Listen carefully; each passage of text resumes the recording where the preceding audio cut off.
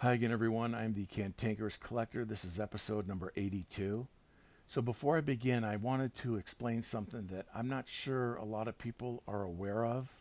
I know movie buffs and collectors are aware of this. When Jaws was being filmed, the director Steven Spielberg, he nicknamed the mechanical sharks that they used Bruce, after his lawyer Bruce Raymer. So that's important to know as I reference the name Bruce in this episode and any future episode.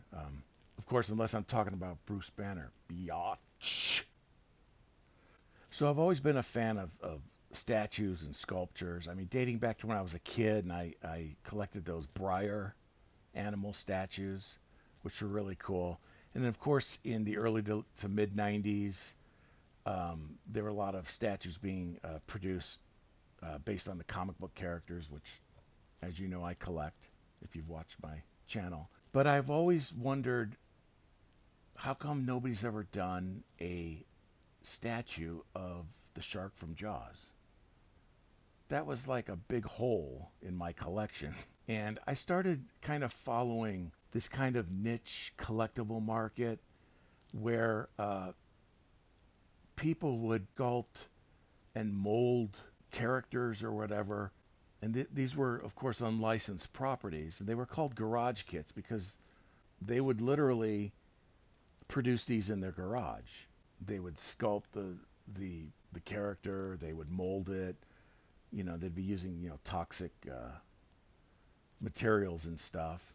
And they would cast these and they would sell them. And of course, they were unlicensed. So you couldn't, if you did a Frankenstein statue, you couldn't call him Frankenstein. You'd call him the monster or something, to skirt around the copyrights and stuff. And they were limited. They were very limited. The molds of these didn't last very long. So anyways, I was following this market through several magazines that were on the stands at the time. There was Amazing Figure Modeler, which I think they still produce online now, and Modeler's Resource, and it was just real cool magazines where you'd meet the sculptors and you'd read about how they did things, and they'd show you how to paint them and build them up and stuff.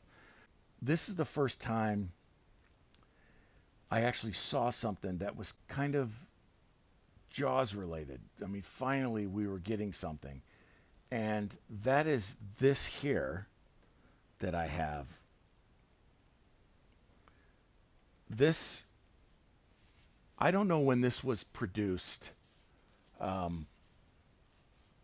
It was produced, I think, either in the late 90s or the early 2000s. And I remember seeing ads for this. And I also saw a magazine article that talked about this, and they painted up one and showed you, how you could paint it and how you build it and stuff.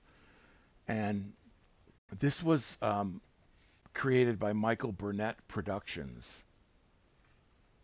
He's a FX makeup artist.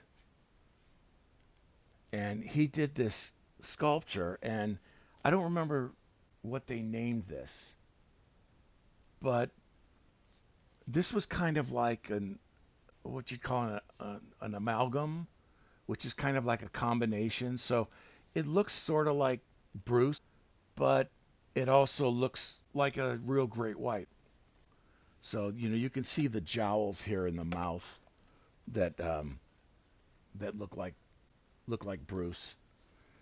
And this thing actually was started by the guy I bought it off of, and he sold it to me on eBay. And unfortunately, I've yet to build this, but I will finish this, guaranteed.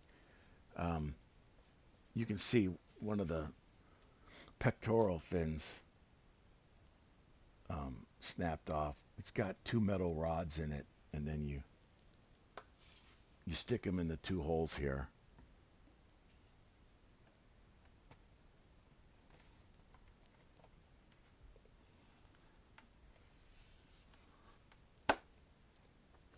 But this is a resin kit. It's hard resin, which is resin's a form of plastic. But I've always loved this shark. I've always thought this was so cool. And I always wanted it. And so I picked this up in like 2006. And I was going through my stuff in storage and I pulled this. And it's just a really cool work of art. And this was the closest we got at that time of getting a Bruce statue. At least that's what I remember. Okay, I'm sure there was other people that sculpted stuff, but this was the only one that I knew of. And like I said, you know, it's not complete 100% Bruce, but it's very cool. I love the form of the shark, the twist, and I love these lateral lines that he put in there. They're actually kind of pronounced, maybe exaggerated, but I love these. I think they look so cool. You know, this is the lateral lines here. That's what the shark uses, you know, to sense vibrations and stuff in the water, and you know, changes in like water pressure. You know, that's why sharks usually get out of the area when there's like a storm system or a hurricane moving through and stuff. And I've always thought these were so cool on a shark. Just it gives it that missile look with that almost a hard edge there. So he did a really cool job on this. And like I said, I am going to finish this. I've got the teeth here, which I have to cut out. And I don't know how I'm going to do this because, well, he put one tooth in here, and they're sharp, man. They're sharp as hell. But the guy I bought this from, he attached the bottom jaw, and I'm wondering now if that was the proper thing to do before you add the teeth or not. But I'm going to have to add all these little teeth, and that's going to be a kind of a pain, but or maybe I'll send it out and get some professional build it. I don't know, but I've always loved this. I've always thought this was really cool. And like I said, this was my first foray into Jaws sculptures. Look at the size of those claspers.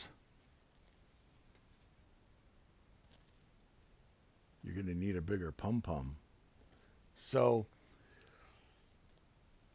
anyways, I wanted to show that. I wanted to show that because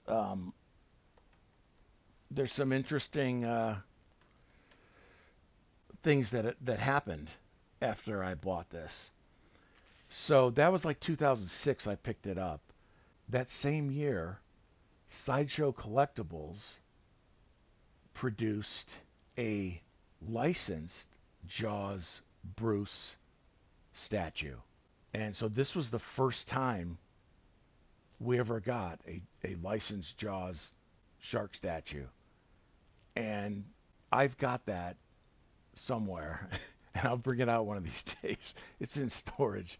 So Sideshow's Bruce statue was a bit more simplified. It had its lines and its shape seemed a bit more simplified, but I liked it. And that, like I said, that was pretty much all we had. And it makes a really cool display. It's got a really cool base and stuff. And like I said, I will bring that out. But then a year later, in 2007, we got this. And this is the reason for this video. This was produced by Jaws fan and artist Paul McPhee. And he made these available to a small number of Jaws collectors for like a really incredible price. And I wasn't part of that, unfortunately. And so I had to buy mine on eBay from him for a much higher price. But apparently this was a limited run of 100. And I've got I think it's either 41 or 91. But this is a resin sculpture of Bruce. And this is certainly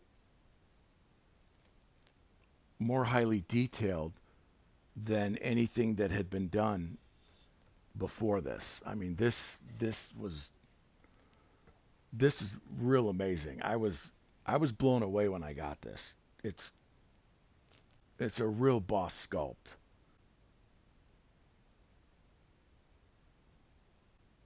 I mean, the teeth are individually placed.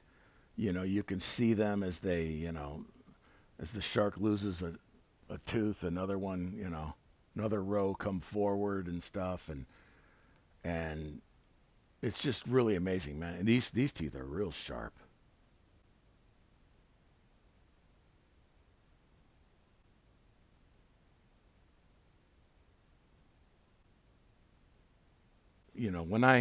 When I got this, I was just blown away, and this is such a really cool sculpture.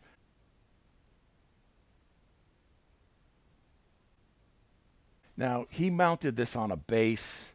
There's some screws in the back, and I noticed as I was photographing it that it's not really, he's not centered on the base. He's kind of rotated a little. So I don't know.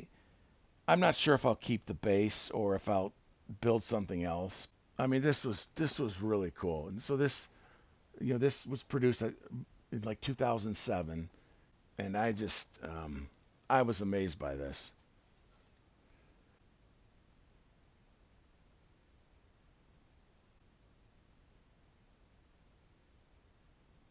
I think it's 1/6 scale. I got this guy. He's 1/6 scale. And I try to picture Quint in the shark's mouth. I think the shark is pretty close to 1/6 scale. Maybe 1/5. But the guy fits in him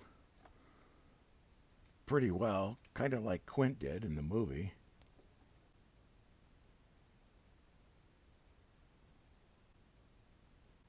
Now, since this came out in 2007, there's other people that have created Bruce sculptures. And there's Shark City Ozark, of course, which is a family business. And they have done a ton of Bruce sharks. I mean, sequel sharks, you name it. Real sharks. They've done a bunch of statues, different sizes. And they use a lot of photo reference, and so their stuff is really highly detailed. And I think they've been in business for at least, I guess, 15 years or so. And their stuff is awesome. And that's for another episode, okay? So I own 5 Shark City Ozark sharks, and I will get those out eventually and show those. But again, that's for a different episode. I wanted to focus on this because this was when somebody finally, grabbed the bull by the nuts and gave us something that I think a lot of us wanted. And so I wanted to share this. I think it's really cool. This guy. So there you have it. Very cool. Hey, my eBay store is Death by Buffalo. Death by Buffalo. Check it out when you get a chance. That's all I got.